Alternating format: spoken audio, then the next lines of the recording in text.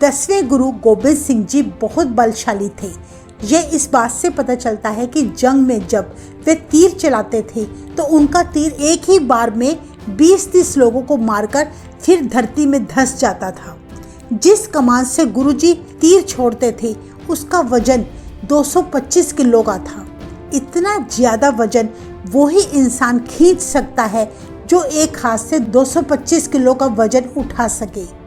इतना वजन किसी साधारण इंसान के लिए उठाना नामुमकिन है, पर गुरु गोबिंद सिंह जी रोज ही इतना वजन उठाते थे, वो भी एक हाथ से। जरा सोच कर देखें उनमें कितना ज्यादा बल होगा। यही कारण था कि दुश्मन उनके साथ लड़ने से भी डरते थे और जंग का मैदान छोड़कर भाग जाया करते। एक और बात जो बहुत हैरान करने वाली है कि गुरु गोबिंद सिंह जी के हर तीर के आगे 1.25 तोला सोना लगा होता था, ताकि जंग में दुश्मन जब घायल हो जाए या मर जाए तो वह उस सोने से या तो अपना इलाज करवा ले या उसके घर वालों का गुजारा हो सके। आज हम गुरु गोबिंद सिंह जी की ऐसी अद्भुत बातें लेकर हाजिर हुए हैं जिसे सुनकर आपका सीना गर्व से चौड़ा हो जाएगा। वो समय ऐसा था जब भारत में जुल्म की कोई सीमा न थी। हाकिम लोग आम जनता पर बड़ा जुल्म कर रहे थे। प्रभु के नाम सिमरन की बजाय लोग एक दूसरे का खून बहा रहे थे। कोई भी सुरक्षित ना था। बादशाह औरंगजेब अल्लाह के नाम पर जबरदस्ती हिंदुओं को मुस्लिम बना रहा था या उनका कत्ल कर रहा था। तब निरंकार प्रभु से भी ऐसे कठोर जुल्म सहन ना हो पाए तो उन्होंने सोचा कि क्यों ना किसी ऐसे महापुरुष को संसार में भेजा जाए जो जुल्म का नाश कर सके और लोगों का ध्यान प्रभु नाम का जाप करने की ओर दिलाए। इसलिए अकाल पुरख ने तपस्वी गुरु गोबिंद सिंह जी को आदेश दिया कि वे भारत में जन्म लें। अकाल पुरख के आदेश अनुसार ही गुरु गोबिंद सिंह जी ने 22 दिसंबर 1666 को बिहार प्रदेश के पटना में अवतार लिया। आप जी के पिता 9वें गुरु श्री गुरु तेग बहादुर जी थे और आपकी माता जी का नाम माता गुजरी जी था। गुरु तेग बहादुर जी उस समय सिक्खी के प्रचार के लिए आसाम में थे। उनको वही बालक के होने की खुशखबरी मिली। गुरु गोबिंद सिंह जी के जन्म का शुभ समाचार जब पटना शहर के लोगों को मिला तो सभी लोग बहुत खुश हुए। माता नानकी जी ने गरीबों को खूब दान दिया। खुले लंगर लगाए गए। उस रात दीपमाला की गई। गुरु साहिब के मामा कृपाल चंद जी भी तब वही मौजूद थे। वे बालक गोविंद राय की बचपन में खूब सेवा संभाल किया करते थे और बार बार यही कहते थे कि हमारे घर गोविंद ने अवतार लिया है, इसलिए उनका नाम गोविंद राय रखा गया। श्री दशमेश जी की बाल लीला भी बड़ी न्यारी थी। आप जी एक साधारण बालक नहीं थे। आप बड़े ही सुंदर, हंसमुख और फुर्तीले थे। बचपन में अपने साथियों के साथ साधारण खेल नहीं खेलते थे, बल्कि आप जी अपने साथियों की 2 टोलियां बनाया करते और एक टोली दूसरी टोली का मुकाबला करती। आपके साथी आपको अपना लीडर मानते थे और आपका आदेश सुना करते थे। कहा जाता है कि गुरुजी 2 वर्ष की आयु में ऐसी लीलाएं करते थे कि पटना के लोग उनके दर्शन करके निहाल हो जाते। एक बार की बात है, पटना में राजा फतेहचंद मैनी रहता था। उसके घर कोई औलाद ना थी। राजा और रानी प्रभु के आगे पुत्र प्राप्ति की सदा अरदास करते रहते। एक बार पंडित शिवदत्त ने उन्हें कहा, तुम्हें घबराने की जरूरत नहीं है। हमने एक बालक में प्रभु के दर्शन किए हैं। सभी उसको बाला प्रीतम कहते हैं। वही आपकी सभी इच्छाएं पूर्ण कर सकते हैं, परंतु आपको उनकी आराधना करनी होगी। इसलिए दिन रात बाला प्रीतम का ध्यान करो, वो जरूर आपको दर्शन देंगे। राजा और रानी तब हर रोज अंतर्ध्यान होकर बाला प्रीतम का स्मरण करने लगे, परंतु काफी समय बीत गया पर बाला प्रीतम नहीं आए। तब भी वे निराश न हुए। उनके मन में दर्शनों की इच्छा और अधिक बढ़ गई। पुत्र प्राप्ति से भी अधिक अब वे बाला प्रीतम के दर्शनों को अनमोल समझने लगे। एक दिन जब वे दोनों अंतर ध्यान हुए बैठे थे तो अचानक छोटी छोटी बाहों ने रानी को जकड़ लिया और उनकी गोद में बैठकर कहा, माँ, मैं आ गया हूँ।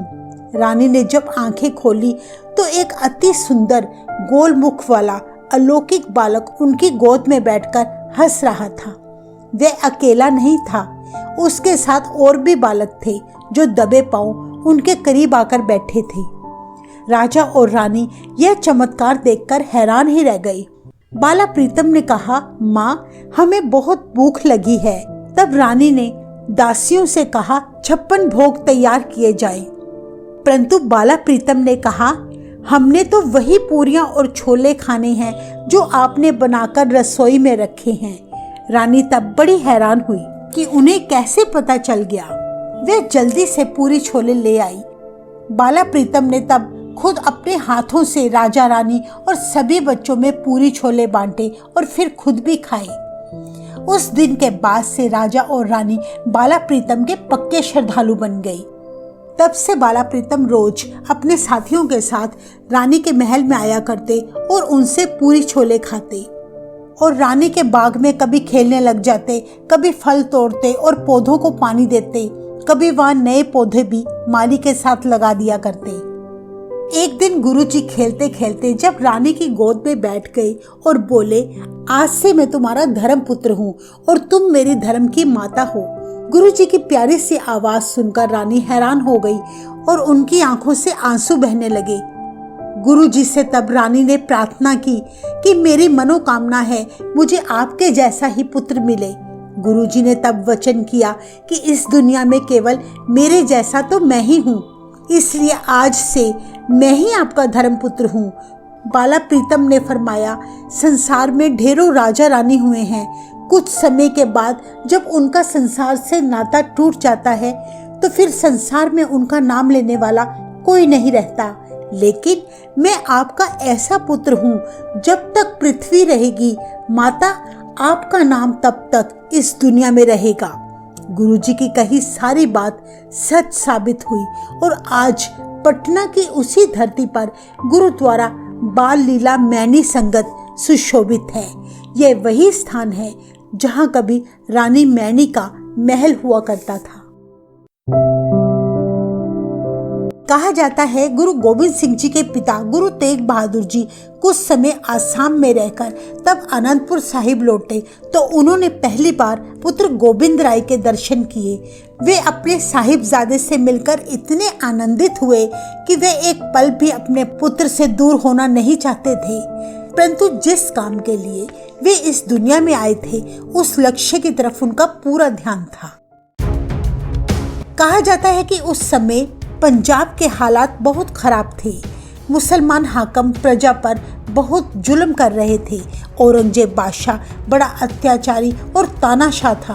वह जबर और जुल्म के साथ सारे हिंदुस्तान को मुस्लिम बनाने पर तुला हुआ था, जबकि गुरु नानक देव जी से लेकर सभी सिख गुरुओं ने शक्ति व भक्ति से सारी दुनिया को प्यार व आपसी भाईचारे से जीना सिखाया। औरंगजेब को गुरुओं की ये नीति बिल्कुल पसंद ना थी। औरंगजेब तलवार के जोर से लोगों को मुसलमान बनाता जा रहा था, इसलिए गुरु तेग बहादुर जी पटना में कुछ देर रहकर फिर अनंतपुर साहिब चले गए। कुछ समय बाद गुरु तेग बहादुर जी ने अपना सारा परिवार अनंतपुर साहिब में बुलवा लिया। कहा जाता है कि गुरु गोविंद सिंह जी बचपन से ही बड़े तपी बली और जपी थे। 9 वर्ष की उम्र में भी वो असाधारण छवि के मालिक थे। एक बार कश्मीरी पंडितों का दल गुरु तेग बहादुर जी के पास आया। उन्होंने औरंगजेब द्वारा हो रहे जुल्मों की सारी कहानी सुनाई तो गुरु तेग बहादुर जी ने कुछ सोचकर फरमाया कि इस समस्या का हल तो तभी हो सकता है यदि इसका सब मिलकर विरोध करें, इसका मुकाबला करें या कोई महापुरुष इस जुल्म के खिलाफ आवाज उठाए और अपने शीश की बलि देने से भी ना घबराए। तब साहिबजादा गोविंद राय जी जो करीब 9 वर्ष के थे, उन्होंने अपने पिता से कहा कि पिताजी, आपसे बढ़कर और कौन महापुरुष हो सकता है। गुरु तेग बहादुर जी को हिंदुओं की रक्षा के लिए उन्होंने अपनी सहमति दी। जिसे सुनकर गुरु तेग बहादुर जी बहुत प्रसन्न हुए और कश्मीरी पंडितों को कहा, जाओ सूबे को कह दो, अगर औरंगजेब गुरु तेग बहादुर जी को धर्म बदलने के लिए सहमत कर दे तो वे सब अपना धर्म बदल लेंगे और खुशी खुशी इस्लाम कबूल कर लेंगे। सन 1675 में इतिहास में दर्ज है कि गुरु तेग बहादुर जी ने चांदनी चौक दिल्ली में धर्म की रक्षा हेतु अपना बलिदान दे दिया। जब भाई जेता जी गुरु तेग बहादुर जी का शीश उठाकर अनंतपुर साहिब पहुंचे और उनके पुत्र गोविंद राय जी को सुपुर्द किया, तब भी गोविंद राय जी के माथे जरा सी भी शिकन न थी।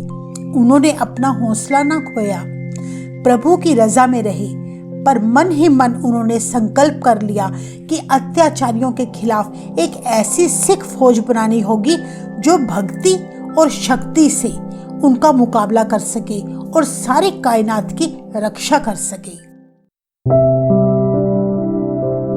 गुरु गोबिंद सिंह जी 11 नवंबर 1675 को अनंतपुर साहिब में गुरगद्दी पर विराजमान हुए। औरंगजेब ने बेशक सिखों पर बहुत सख्ती की हुई थी, इसके बावजूद भी लाखों की गिनती में श्रद्धालु गुरगद्दी दिवस पर अनंतपुर साहिब पहुंचे। उस दिन 50,000 रुपए का कड़ा प्रसाद बांटा गया था। गुरु का लंगर दिन के 12 बजे से रात 12 बजे तक चलता रहा। बाबा बुड्ढा जी के वंश में से बाबा राम जी ने हीरे मोतियों से जड़ी दस्तार पेश करके गुरु गोबिंद सिंह जी की कलगी सजाई। गुरु जी को मोतियों की माला, तीर कमान, कृपाण, घोड़ा, बाज और 5 मोहरे पेश की गई। उसके बाद दूर दूर से आई संतों ने बहुमूल्य भेंटें अपने गुरु जी को अर्पण की। गुरियाई के सिंहासन पर विराजमान गुरु गोबिंद सिंह जी बहुत सज रहे थे। सारी संगतें चाव और खुशी से भरी थी। इतिहास में दर्ज है कि गुरु गोबिंद सिंह जी का हर रोज का श्रृंगार करीब 56 लाख का होता था। गुरु जी के अस्त्र शस्त्र और कलगी हीरे मोतियों से जड़ी होती थी। उनके खजाने हीरे मोतियों से भरे रहते थे। जिस पीढ़ी पर पांव रखकर गुरु जी सिंहासन पर बैठते थे वह सोने की बनी थी। बहुत से इतिहासकारों का मानना है कि गुरु जी के 3 विवाह हुए थे। पहला 10 साल की उम्र में सन 1677 में माता जीतो जी के साथ हुआ, जिनसे उन्हें 14 वर्षों बाद साहिब जुझार सिंह जी, साहिब जोरावर सिंह जी और साहिब फतेह सिंह जी की प्राप्ति हुई। 17 वर्ष की उम्र में सन 1684 में उनका दूसरा विवाह माता सुंदरी जी के साथ हुआ, जिनसे उन्हें साहिबजादा अजीत सिंह जी की प्राप्ति हुई। तीसरा विवाह माता साहिब कौर जी के साथ हुआ, जिन्हें खालसा की माता का दर्जा दिया गया। गुरु गोबिंद सिंह जी का व्यक्तित्व बड़ा ही आकर्षक था। वे अपने सिखों की हमेशा हौसला अफजाई किया करते। गुरु जी के पिता गुरु तेग बहादुर जी ने अनंतपुर नगर की स्थापना की थी। गुरु जी ने फिर इस शहर को बहुत रौनकें बख्शी। 1699 में गुरु गोबिंद सिंह जी ने इस शहर की रक्षा के लिए 5 किले बनवाए: अनंतगढ़, लोहगढ़, फतेहगढ़, केसगढ़ और होलगढ़ साहिब। गुरु गोबिंद सिंह जी ने 1699 में तख्त श्री केसगढ़ में खालसा पंथ की स्थापना की थी। उस समय गुरु जी ने अमृत का बाटा तैयार किया। उन्होंने सबसे पहले अमृत की एक बूंद एक चिड़िया के मुख में डाली, जिसे पीते ही उस छोटी सी चिड़िया में इतनी शक्ति आ गई कि उसने अपने से कई गुना बड़े बाज को पल में ही मार गिराया। वही अमृत पिलाकर खालसा फौज तैयार की गई थी। तभी तो गुरु का सच्चा सिख हजारों पर भारी पड़ता है। गुरु जी ने खालसा को ऐसा रूप प्रदान किया जो लाखों की भीड़ में भी अलग ही पहचाना जाता है। तब गुरु जी ने अपनी फौजी शक्ति को बढ़ाया, जिसके लिए उन्होंने फौज में भर्ती शुरू कर दी। बड़े बड़े शूरवीर उनके पास आने लगे, उन्हें ट्रेंड किया जाने लगा। इतिहास में दर्ज है गुरु जी की प्रसिद्धि इतनी फैल चुकी थी कि दूर दूर के देशों से संगतें गुरु जी के लिए बेशकीमती भेंटें लाया करती, उनके दर्शन करके निहाल होती। एक बार उन्हें संगतों के द्वारा काबुल से 2.5 लाख का तंबू भेजा गया था, जिसकी कीमत अगर आजकल देखें तो करोड़ों में होगी। कहा जाता है कि गुरु गोबिंद सिंह जी का तीर कमान 225 किलो का था, जिसके तीर के आगे 1.25 तोला सोना लगा होता था। सोना लगाने का उद्देश्य यह था कि गुरु जी का यह तीर अगर जिसको भी लगे तो वह अपना उस सोने से इलाज करवा सके या उसकी मृत्यु होने पर उसके घर वालों को आर्थिक सहायता मिल सके। कहते हैं अनंतपुर साहिब साहित्य का एक अनोखा केंद्र बन चुका था। दूर दूर से कई साहित्यकार गुरु गोबिंद सिंह जी की शोभा सुनकर आया करते थे। गुरु जी के दरबार में कुल 52 कवि और 36 लेखक हमेशा हाजिर रहा करते थे और गुरु जी की रचनाओं को वे अपनी सुंदर लिखाई में लिखते रहते। इनमें से कुछ कवि जैसे पंडित सुखदेव, भाई नंदलाल जी पहले मुगल दरबार में काम किया करते थे। गुरु गोबिंद सिंह जी की इतनी महिमा सुनकर उन्होंने मुगलों की नौकरी छोड़ दी और हमेशा के लिए गुरु जी के पास आ गए। इन कवियों को गुरु जी ने हिंदी, संस्कृत और फारसी साहित्य को गुरमुखी में लिखने का काम सौंपा। सूरज प्रकाश ग्रंथ के लेखक भाई संतोख सिंह जी के अनुसार संपूर्ण कार्य को विद्यासागर नामक एक किताब में एकत्रित किया गया था। उन्होंने इस पूरी किताब का वजन 350 किलो बताया है, पर जब 1705 में अनंतपुर साहिब का विछोड़ा हुआ था तो यह किताब सरसा नदी में बह गई थी।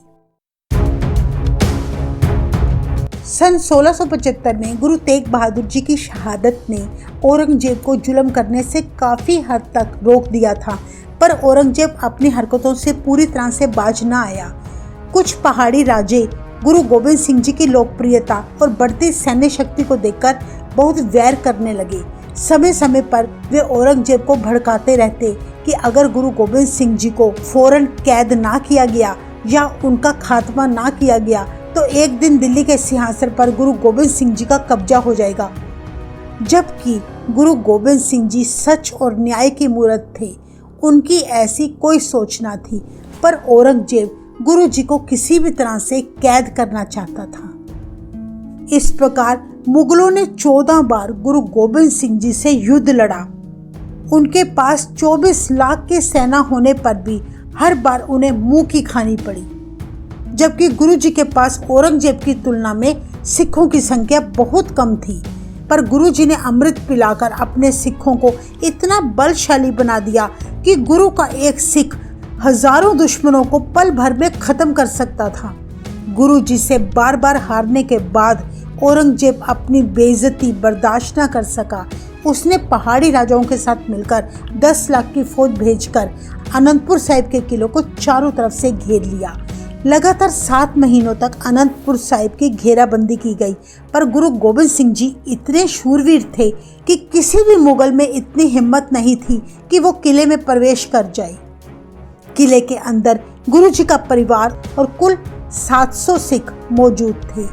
किले के अंदर खाद्य सामग्री खत्म हो चुकी थी, वे भूख प्यास से तड़प रहे थे।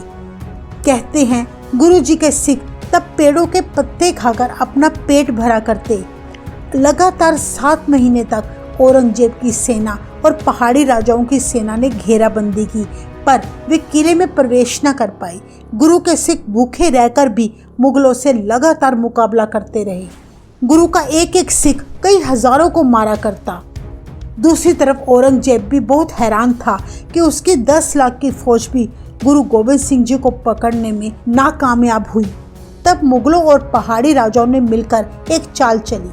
उन्होंने कुरान और गाय माता की झूठी कस्में खाकर गुरु जी को विश्वास दिलाया, उन्हें संदेश भिजवाया कि आप अपने सिख और परिवार के साथ किला खाली कर दे, हम आपको जरा सा भी नुकसान नहीं पहुंचने देंगे।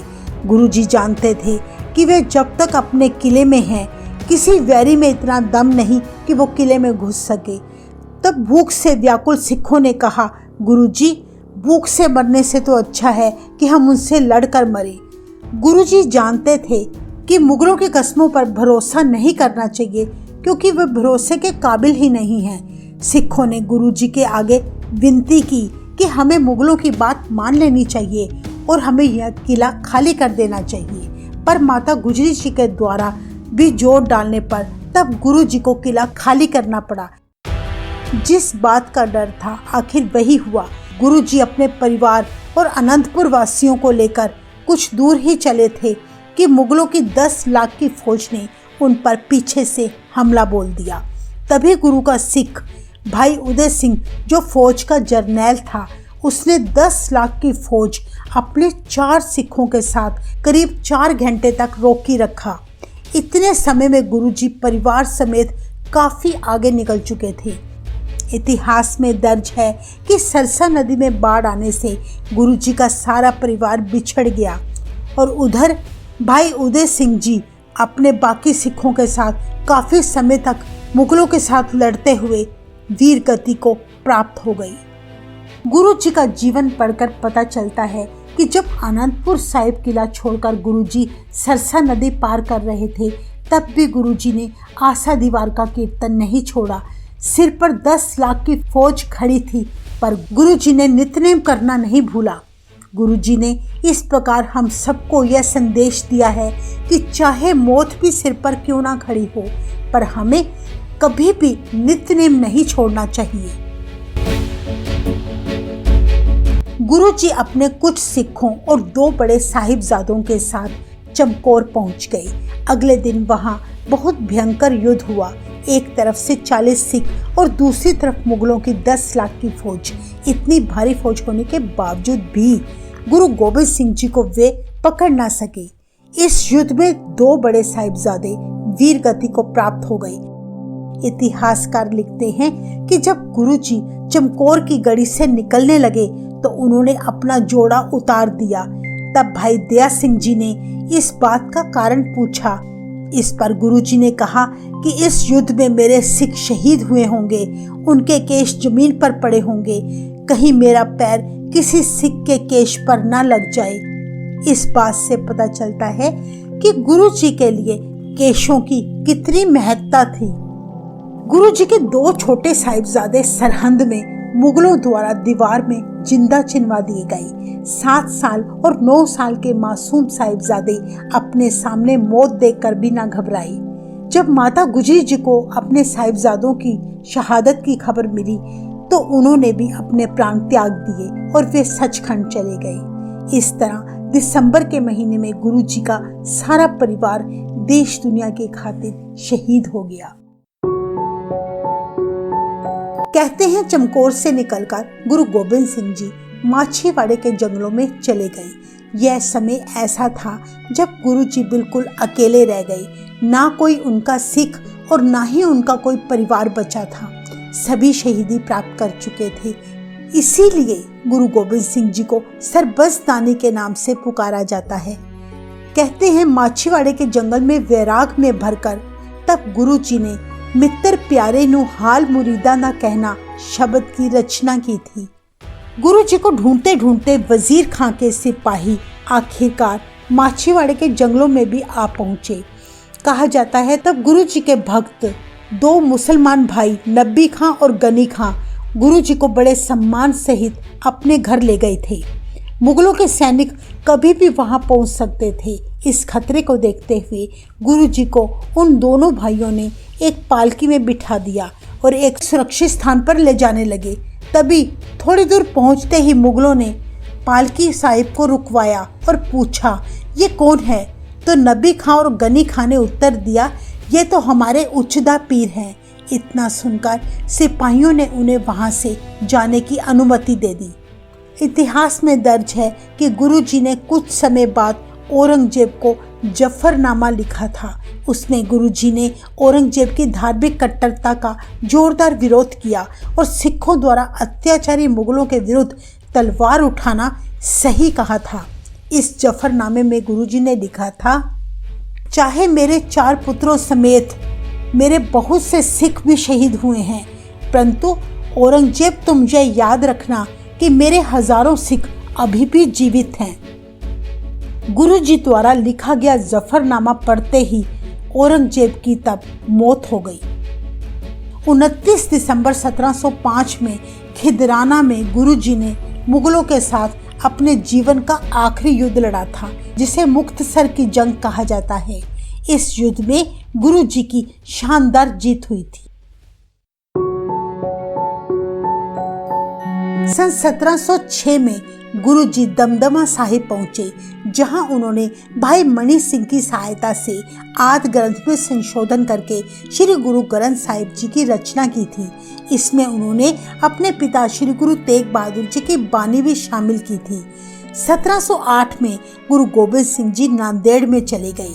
सरहंद के नवाब वजीर खान ने तब अपने 2 पठान नांदेड़ भेजे, जिन्होंने मौका पाकर गुरुजी पर हमला बोल दिया। जब गुरुजी विश्राम कर रहे थे तो एक पठान ने अपनी कटार से गुरु साहिब के पेट पर वार किया। तभी वह दूसरा वार करने ही वाला था कि गुरुजी ने झट से अपनी तलवार से उसे उसी पल खत्म कर दिया। दूसरा पठान जैसे ही भागने लगा तो सिखों ने उसे भी वहीं खत्म कर दिया। कहते हैं कुछ दिनों बाद गुरुजी के घाव भर गए और वे बिल्कुल ठीक हो गए। गुरुजी की कुशलता का समाचार सुनकर दूर दूर से तब सिख श्रद्धालु आने लगे। लेकिन एक दिन जब गुरुजी अपने धनुष की कमान खींचने लगे तो उनके घाव फिर से खुल गए। गुरुजी को तब अनुभव हो गया कि अब उनका अंतिम समय आ चुका है। 6 अक्टूबर 1708 के दिन गुरु गोबिंद सिंह जी ने श्री गुरु ग्रंथ साहिब जी को सिखों का अगला गुरु घोषित करते समय सभी सिखों को यह आदेश दिया कि जो इंसान प्रभु को पाना चाहता है और इस भव सागर को पार करने की लालसा रखता है, वह गुरु ग्रंथ साहिब जी से लिए शब्द के अभ्यास से पार हो सकेगा। तब गुरुजी ने फरमाया कि जो गुरु ग्रंथ साहिब के दर्शन करेगा उसे इसी में 10 गुरुओं के दर्शन होंगे। 7 अक्टूबर 1708 में गुरु गोबिंद सिंह जी ज्योति ज्योत समा गए। वे स्थान आजकल तख्त श्री हजूर साहिब कहलाता है।